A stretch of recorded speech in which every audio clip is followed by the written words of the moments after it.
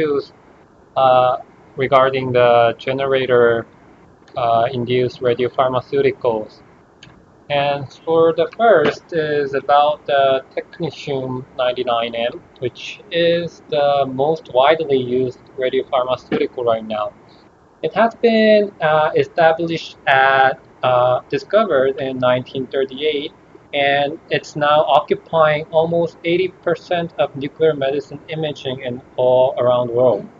And it has quite advantages to be used as a radio imaging agent, since it has a readily detected gamma ray of 150 keV, and it has a ideal half-life.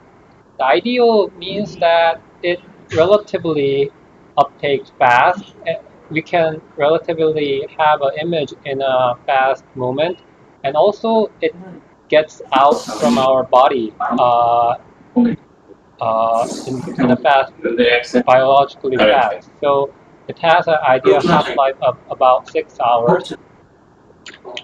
So this is some decay of Technetium 99M. And the clinical usage, so it occupies 80%, and what places these technetiums are used are summarized in this table. And as you can see, the most profounding parts are myocardial perfusion and bone scans. And other parts, they are also used for like respiratory, liver, hepatobiliary, and thyroid scans. However, there are limitations for more expansion of this imaging agent because of its inherent limitation of gamma imaging. It has a limited resolution, low sensitivity, and it has some issues regarding radiation. And also, it is not quantitative, it is semi-quantitative in its nature. But there is some recent development in this field. So first of all, it is the CDT SPECT, and it's reaching its there is many kind of studies now going on, and now these SPECT cardiac dedicated SPECTs are widely used in the clinical. And in our institute, we have installed this D-SPECT, and with this SPECT, it is now possible to do the dynamic SPECT using the SPECT machine. And there are also other attempts or other new hardware that are making, which is from the this is first human total body SPECT-CT made by CDT. And right now it's not in the clinical use, but in a short time it will come out for the clinical imaging. And this CDT SPECT has quite a lot of advantage compared with this conventional imaging, like it can reduce injection dose or scan time, and it has high spatial resolution and energy resolution. And since that, it can make a greater contrast to noise ratio, and it can reduce the detector frame size, and also it has a greater FOV and higher count rates, which means it will have more sensitivity. So using these CDT SPECT, as in this study, we can know that it can reduce the radiation, and it can have some more advantage compared to the conventional angle camera or conventional SPECT machines. And because of these developments, we can have more benefit from the technetium radionuclide agents. So there are more increasing researches regarding such new agents or some demand for technetium agents. And the next part there is another ongoing emerging studies that these technetium agents are not anymore semi-quantitative, and it can be quantitative using the SPECT CTs. So with the technical advances of attenuation correction and scatter correction or correction of collimator detector response, we can now quantify like SUV values in using the SPECT of the technetium agents. And this field is right now used in many other fields, and although it's right now more in a study based, but we have done clinical studies regarding the quantitative uptake in the bone or joint disease or thyroid disease or kidney, like measuring GFR, we have used SPECT, and also for the dosimetry study in technetium MAA scans. So there are a lot of opportunities for technetium agents, although it's very oldly established and it can be said outdated, but because of the new technology and new uh, procedures, we can have more advantage using the technetium agent. And there are more opportunities. And another generator-induced radiopharmaceutical is gallium-68, which is generated from the G68 and gallium-68 generator. And it has a half-life of 68 minutes, and it has a high positron emission factor, about 89%. And it is produced by the long shelf life generators, germanium generators, so it can be used in more effectively. And to make it bind with other ligands, it usually needs a chelator, and I think this part will be reviewed by our Yong part later on.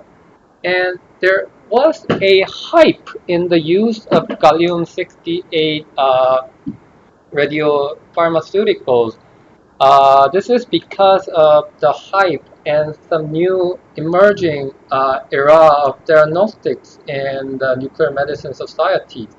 And as you can see, these imaging agents are really needed to find the patient who will, like tumor type specificity of these peptide imaging agents are used to choose patient who will get a beneficial from the targeted therapy.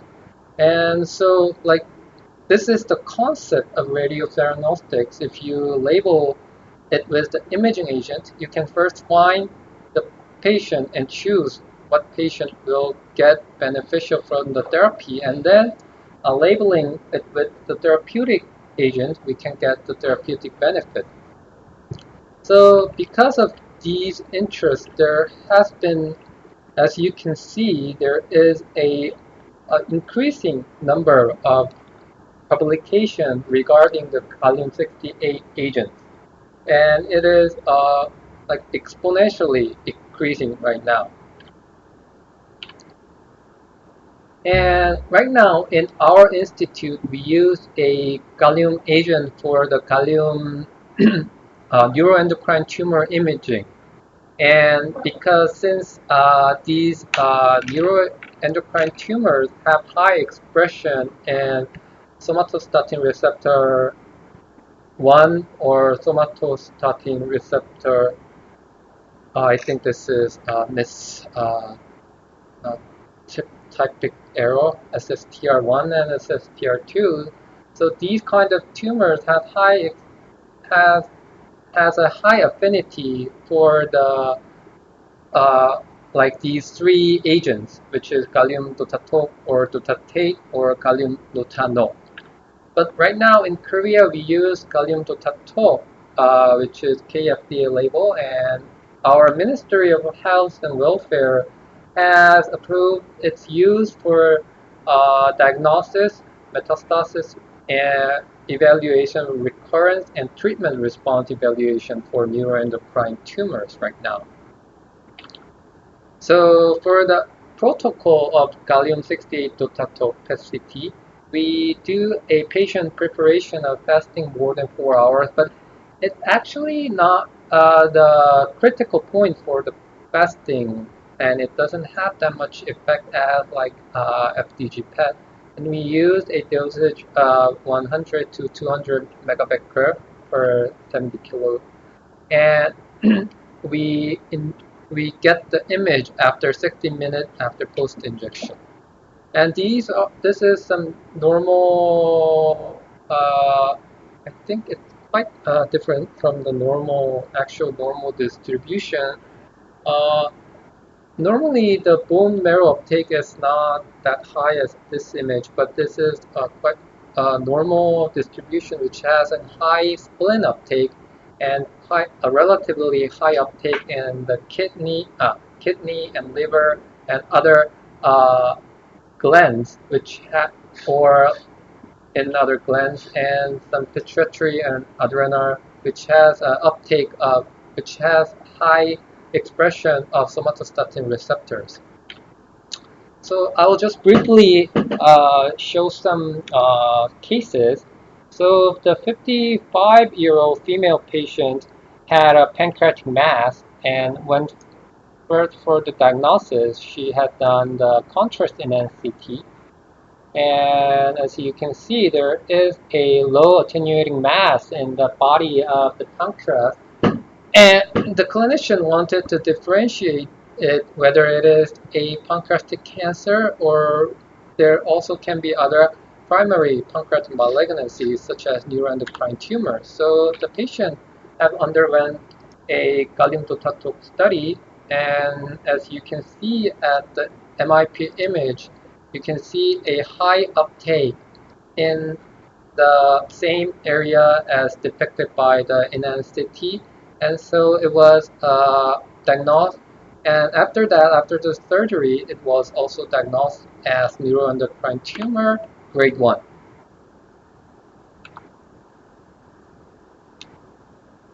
And the second case,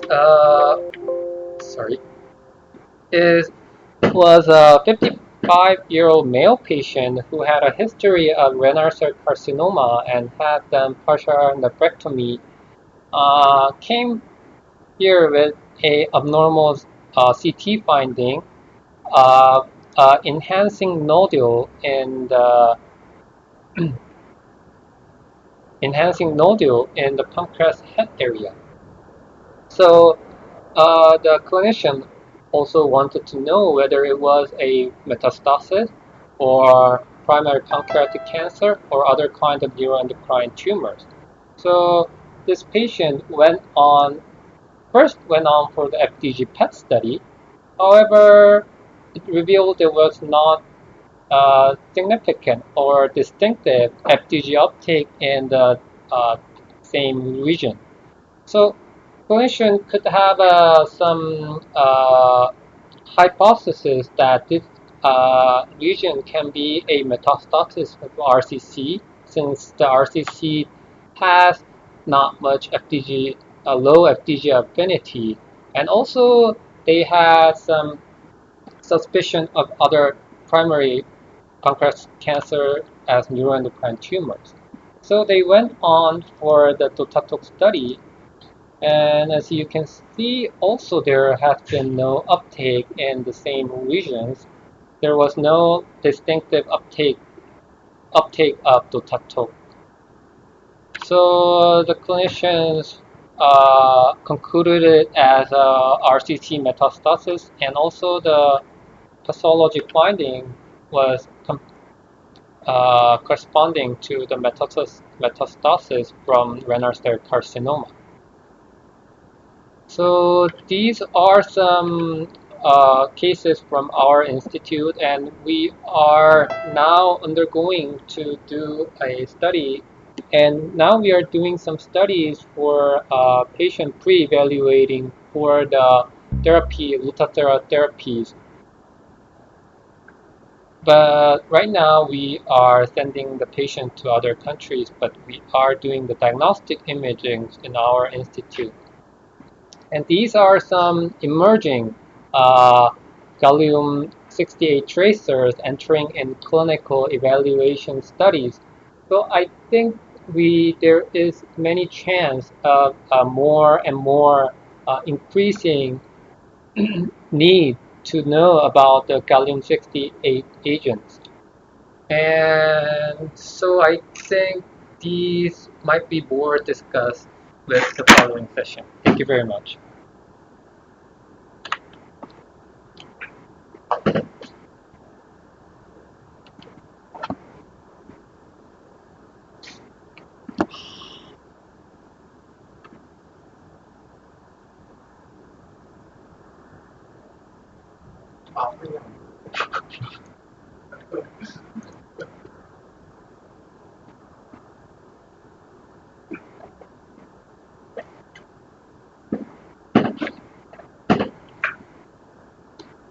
Hello, my name is Yong in chemistry team in our hospital.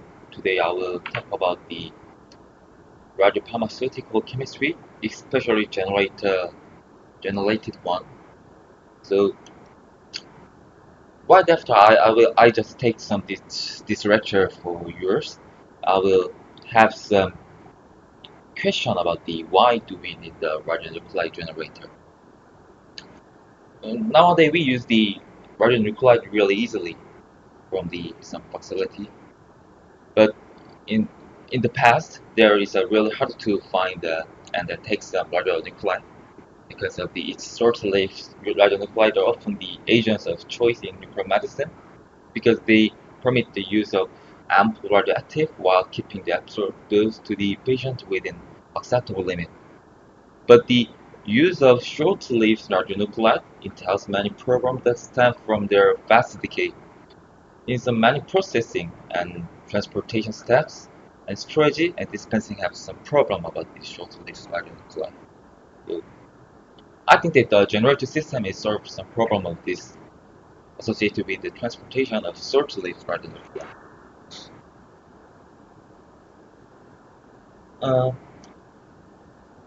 and then I will talk about the what is the generator. We must knowing some definition about the generator. Uh, in the invention step, they have some word. They will invent some word about the generator. It is a device that produces a useful short-lived medical radionuclides. Inside of the generator, we so-called data radioactive in there, and then from there, the radioactive transformation of a non-medical long-lived radionuclide in there, we so-called parent radioactive. And then by having some supply of parent on hand at the facility, the data is continually generated on site. Uh, if once separation occurs, the generator starts generating more data that can be again separated in sufficient quantity at a later time. And then we must know about the history about generator. In 1926, the Bella, he is born in Italian-born American physician, have invention about the first generator for clinical application. The parent radioactive is radon, and then the daughter is thorium. In 1950s, the Brookhaven National Laboratory invented the Technetium generator. In there, the Paul Richard is uh, have some concept about the Technetium generator, and it will be prompted to use among the medical communities. In there, some scientists, Tucker and Green, were working on the how to improve the separation process about the parent radioactive and daughter radioactive. They detect a trace contaminant which provided to be technetium-99m, which was coming from molybdenum-99 and was following tellurium in the chemistry of the separation process for other fission product.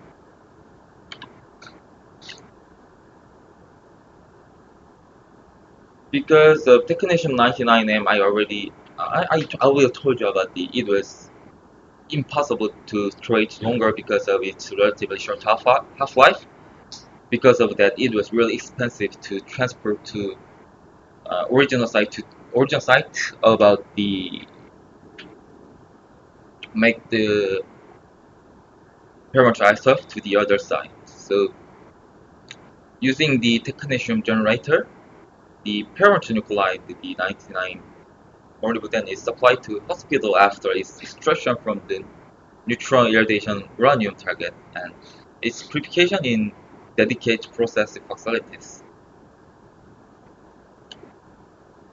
Uh, this chart already shown from Dr. Seoul. I just explain about something. The main motivation for most of this generative study was related to the practical application of gamma emitting isomer technetium 99M, which is the workhorse of nuclear medicine. The unstable parent isotope of 99M technetium is 99 molybdenum, which is a beta negative emitter and disintegrated with a half-life time of 6 hours to technetium 99. This decay proceeds with a high percentage through the metastable technetium 99M. The resulting half-life time of 6 hours is in the optimal range for studies in diagnostic medicine, and the related gamma energy of 114 kVkF is sufficiently low to prevent a high dose burden to the patient. This generative system needed to some condition about needed to condition about sterile and powder free, and it must be separated easily from parameterized stuff to a daughter, and it must eluted with 0.9 saline solution easily, and the moderate half-life of parent and daughter is needed. Inexpensive effective shielding of generator is needed and minimizing the radiance dose of two user. This is the structure of molybdenum technetium generator. There is two hole in there. One side is the injected to eluent site, and the other side is the eluted daughter radionuclide side. For the generative system to be practical, the prevent must have a related long half-life compared to that of daughter, and the generator device must provide for repeated separation of the daughter product. All of this step is so-called elution step. This is the commercially available type of the generator. You can see the like these two well on the top view of generator. One well is collect well, the other well is the charge well. First, you can put the saline vial in here, and then you can put the vacuum vial in here. It was eluted automatically about the using the vacuum. The most commercial generators are column chromatography, in which molybdenum in the form of molybdate is absorbed onto the acid alumina. The technetium pertechnetate is a single charged one, so it was weaker bind to the alumina column. So because of that, we easily take some technetium radioactive from the eluted one. This is example of a single proton diagnostic generative system.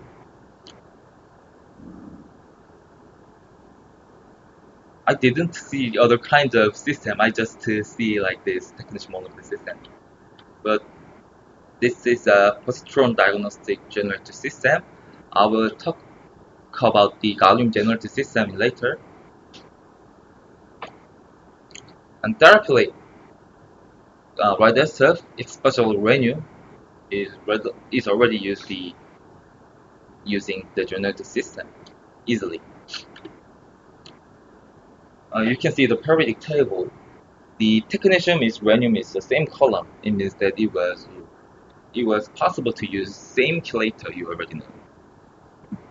So it's in depends on like this periodic property. The generator system is relatively same about the technetium generator and uranium generator. So this is the picture about the technetium generator. I already explained about the cell line side, and this is a vacuum fire side. The technetium is the transition element and atomic number 43, and it was man-made element produced by cyclotron on nuclear reactor. And in the past, it was produced by the radiated molybdenum. It must be added to carry, but nowadays the almost generator system was used to molybdenum from the fission molybdenum.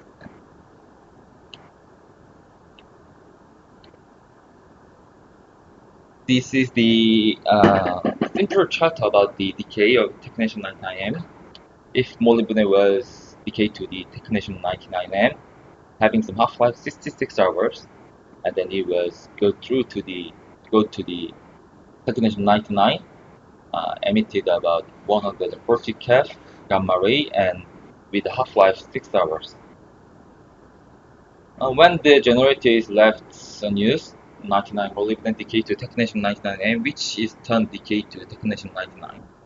The half-life of technetium 99 is far longer than its metastable isomer, so the ratio of technetium 99 to technetium 99M increases over time. Both isomers are carried out by the elution process and react equally well within the ligand, but the technetium 99 is an impurity unless to imaging.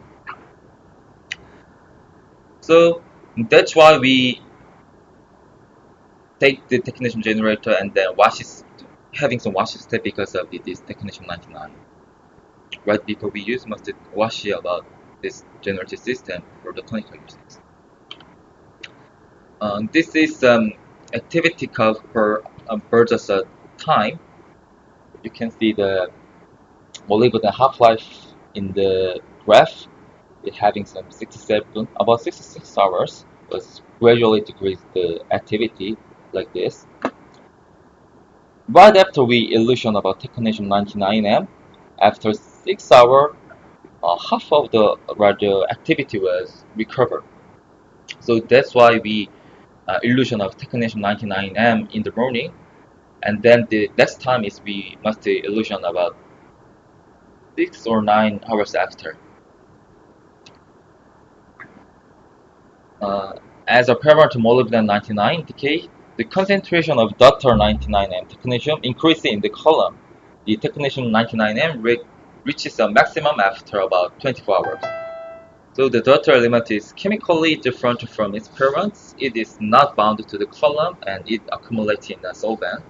After flushing, the concentration of 99M technetium is largely depleted from the column, but immediately start to increase again. This increase of daughter activity continue but ultimately begin to slow. Eventually, the daughter activity is produced at a rate that nearby equal with that at which it decays. This is more easier graph about the equilibrium about daughter activity and parent activity. About after about 3 half-life, we can take about 19% of its parent activity. Because of the half-life of molybdenum 99 is 66 hours of slightly less than 3 days, the supply of parametric product will deplete to insufficient level in 1 week and must be replaced with a fresh system. Next generator is uranium. It was a transition element, have some half-life, 17 hour, and energy is 2.1 MeV. And it was generated from a generator using tungsten and uranium generator. This generator half-life is 69 days. This is the flow chart about production of the tungsten 188. This is the decay of uranium 188. If tungsten 188 was decayed to uranium 188, having some half-life 69 days, and then uranium 188 was decayed to the other radioisotope, having some emitting some beta ray and gamma ray, and with the half-life 16.7 hours. This is almost the same with the Technetium generator. You can see the cell line portion in here, and then the surface is the composed of the glass column, and in there alumina was absorbed in the column side. In there, the tungsten 188 was applied to the potassium tungstate. The washing and elution system is almost the same, but most importantly, right before we use the system, we must have some washing because of the main activity was more related to the not the first one. It was related to the about 3 or 4 mL after. It means that you can easily see the elution profile of uranium 188. The x-axis showing elution fraction.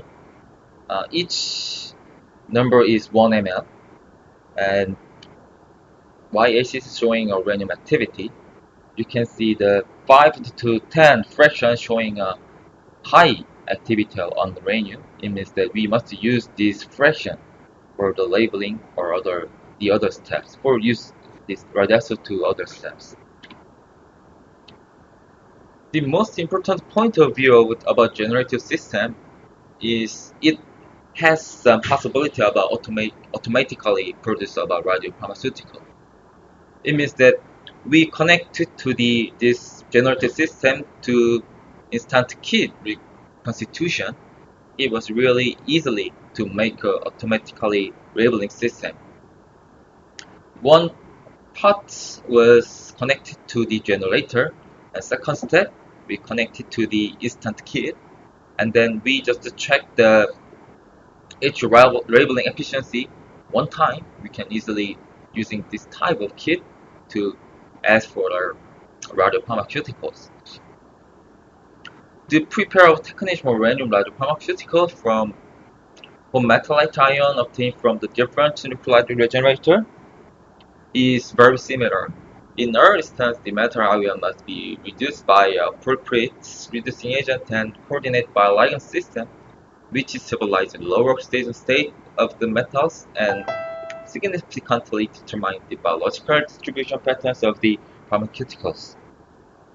Such procedures are commonly done in so-called instant kit system. That means that appropriate amount of the radioactive technetium and uranium solution are added to pre-manufactured mixture of the corresponding ligands, reductants, and stabilized at catalyst.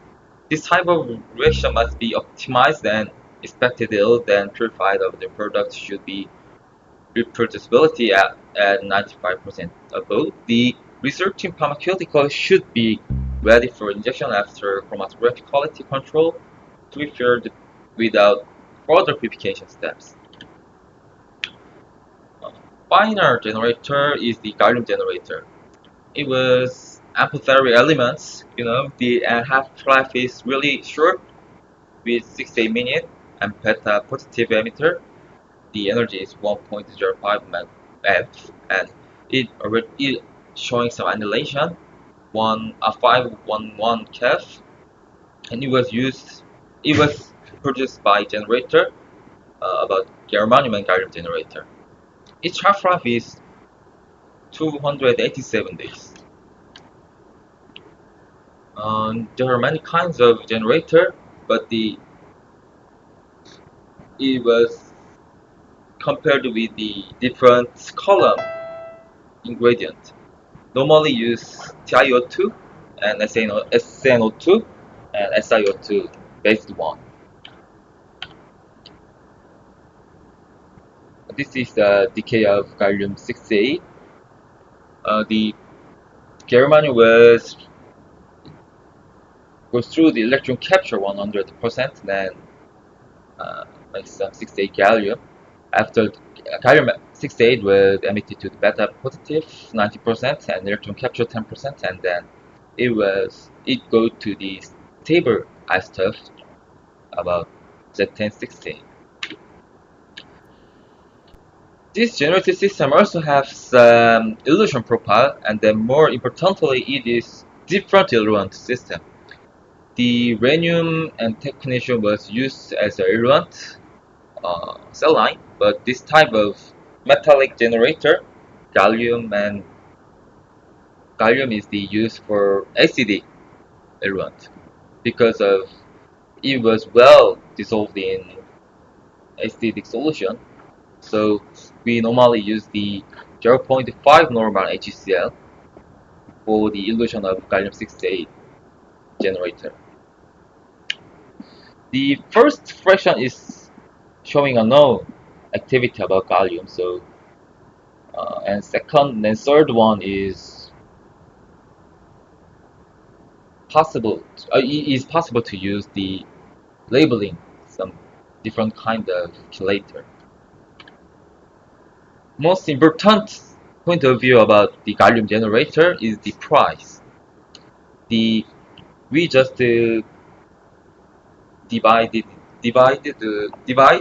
total price per millicurie. You can see you can take the 1 millicurie gallium-68 just to pay the $20. It means that it was really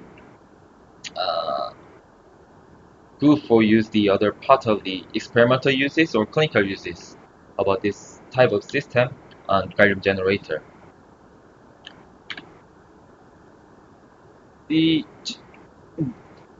Now on, I will talk about the general consideration about the generator. First, we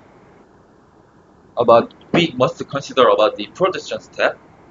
In this step, you must thought about the target. What target is possible to using make the generator, and then you can thought about that bombardment materials and energies, and right after you can illusion this system, how many specific activity was possible to use after labeling, and then you must consider about the physical property, especially on half-life and decay mode, and or gas or liquid or solid phase of the reaction about labeling with this type of radioisotope. Finally, you should think about the chemical property about whole synthesis step and separation step, and you must track the stability about the generator generated radioisotope. The other part is the cost and availability, and the waste, especially about the liquid waste from the generator. I think that this part was not final version of mine. The final slide was having some about the experimental consideration about gallium or technetium and rhenium radioisotope. The doctors already talk about the different type of gallium labeled one and different type of technetium labeled one. 마지막.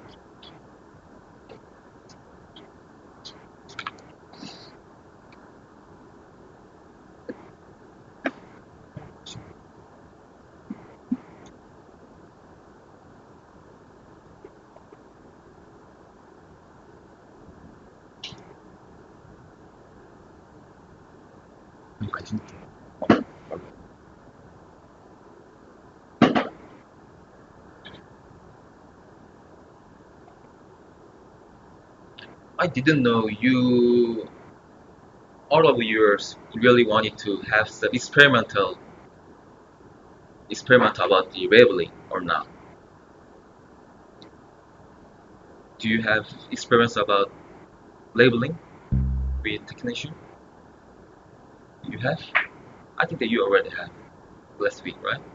But I think that the clinical uses is really easy to like this type of generator, but the experimental case is different because you must choose some kind of chelator and relation condition, and you must consider about the aim of your experiment, right? So why people you use this type of generator produce the right answer? First, you must know about your aim of your experiment. If your facility have some spec, you must choose the spec right answer, right? And your facility have a path, you choose the path right answer. But the difference of path and spec isotope is I think the half-life in the generating system, because the pad isotope used from the generator always having some short half-life because of the is limitation about this generating system.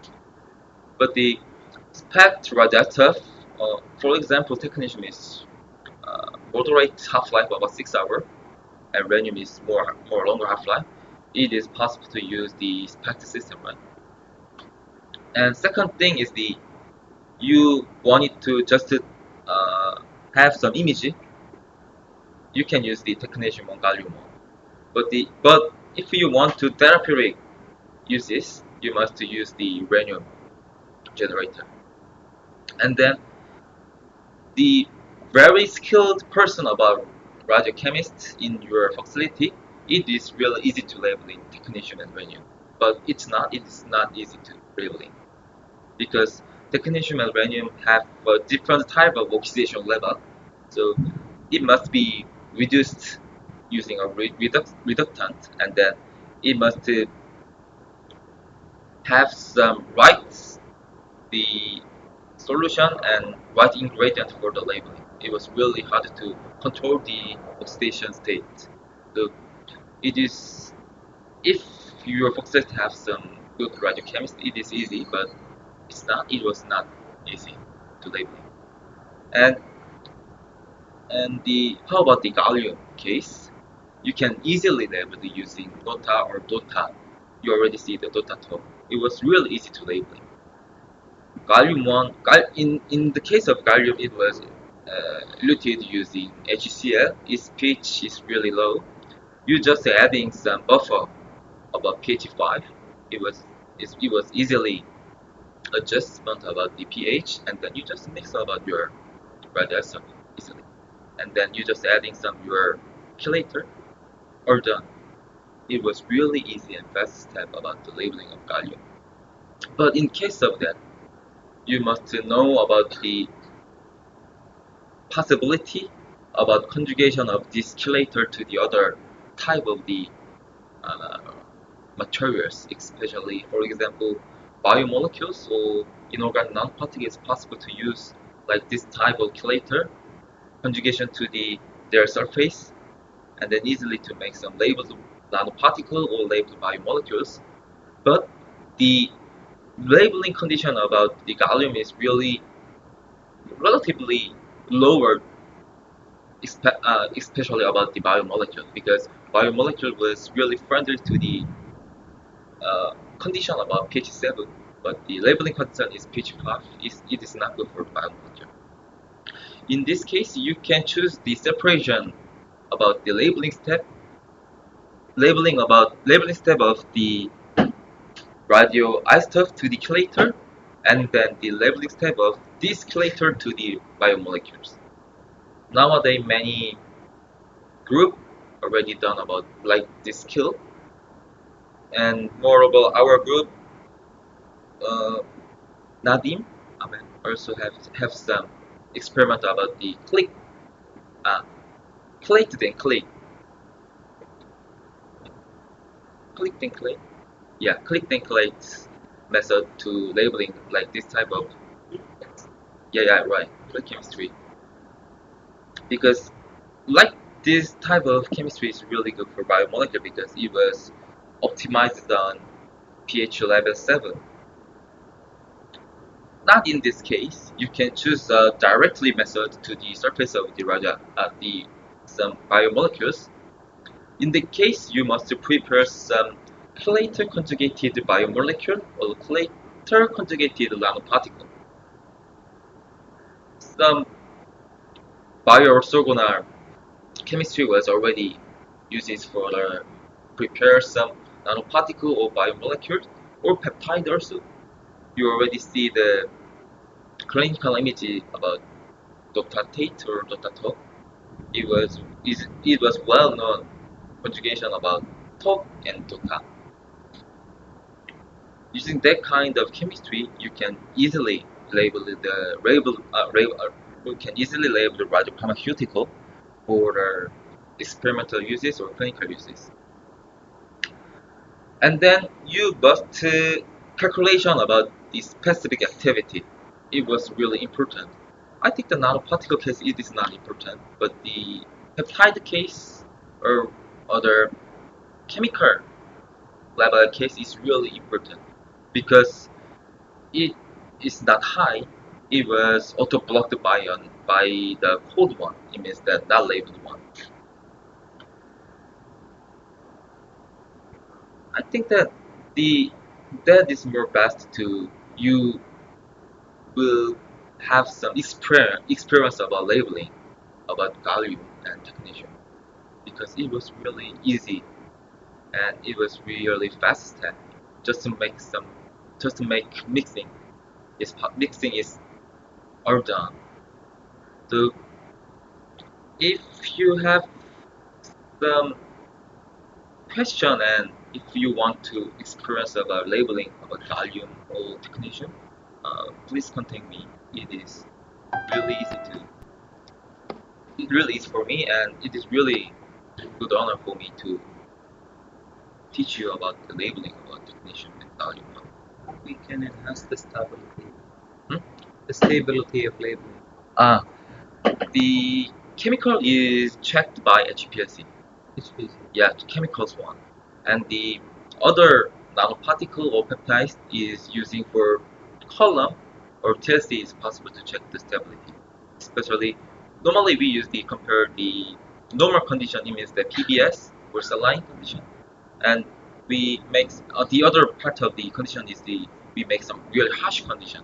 We just adding the human serum more than 10-fold volume of that radioisotope, and then we check the TLC or HPLC also. And we sputtering each time point and then check the TLC, and we can easily make some graph about the stability. You already seen the about conference.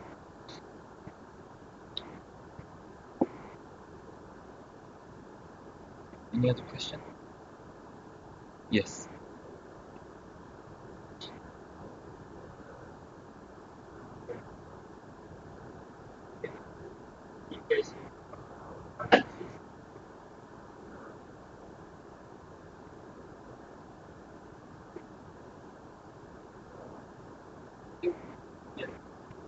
Contact Kim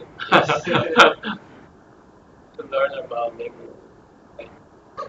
How do you And then More interestingly, we already purchased the other pet radar stuff about copper 64 and zirconium um, twice a month. So you, if you want to see the labeling step about copper or other pet ride stuff, please contact me. I will show you. I will give you some schedule about the labeling. And then nowadays our facility was also purchasing the Technetium.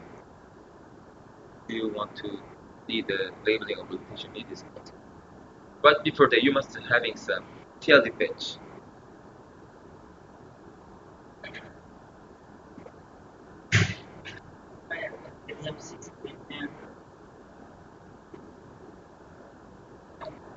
Oh, where? Generator. It is possible to purchase in Korea. The merchandiser is already exists in Korea. We just buy some generator from there. If you want to other country, if you want to know the other country, I will give us an email about information.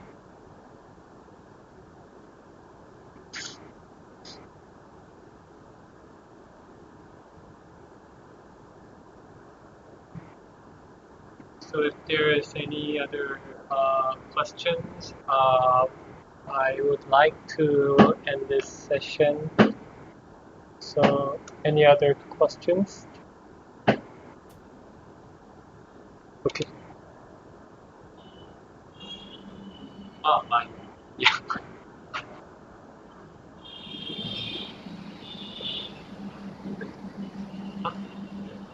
GFR, yeah. Uh, so I think it's right now a study.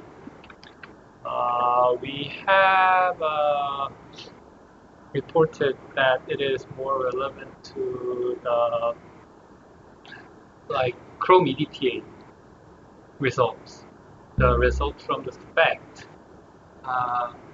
SPECT DTPA SPECT has more relevant result compared to just a gamma scan. Gamma scan result from the gamma scan. And, but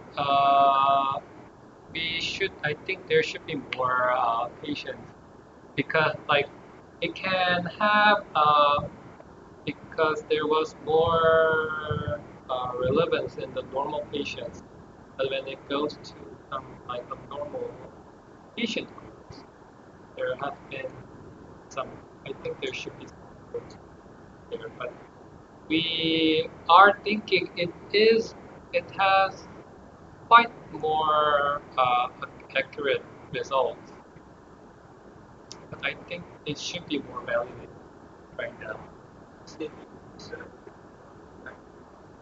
Yeah, not widely used, and the Bundang Hospital but is doing as a clinically doing the SPECT for the GFR measure. Now,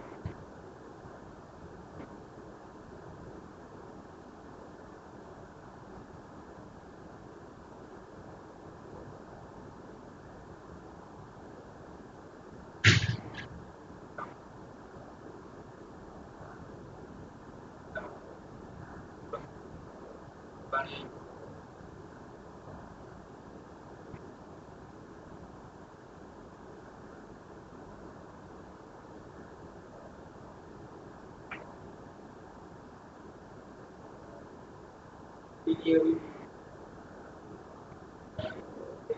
so here we do not do SPECT GFR study right now. Right now we're not.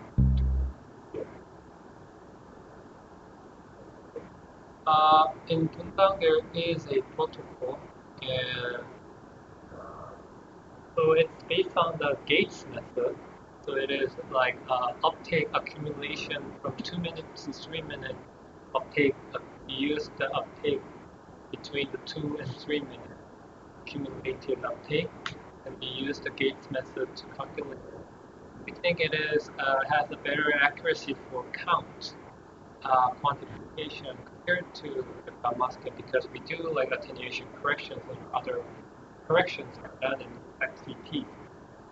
But first time inducing, we had to draw all the kidneys slice by slice by the CT. But right now we have an automated system like by deep learning in Gundam hospitals, very automated drawn, and we can uh, get the result.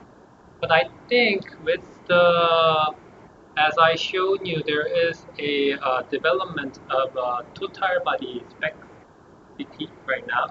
So it is not like a traditional method of step and shoot method. Because right now there is two cameras. We have to circulate to get all the image of the whole body. But the concept of the total body is that there is everywhere a CCT camera all around the body. And the interesting part is that camera moves according to the body control. So I think when that kind of techniques are came in, we can have more accurate, like we can also do like dynamic image effects, so it will be more accurate. But right now, I think it should be more validated.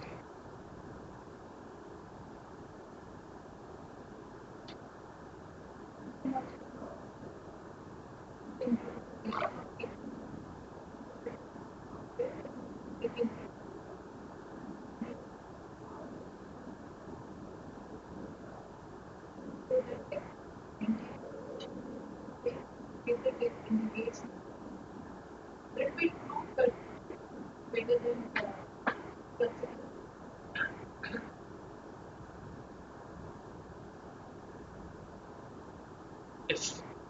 Then we will end this session today. Thank you very much. And next week, I think it will be done by Professor Yun-Sang Lee, and he will cover a topic about cyclotron-induced radiopharmaceuticals.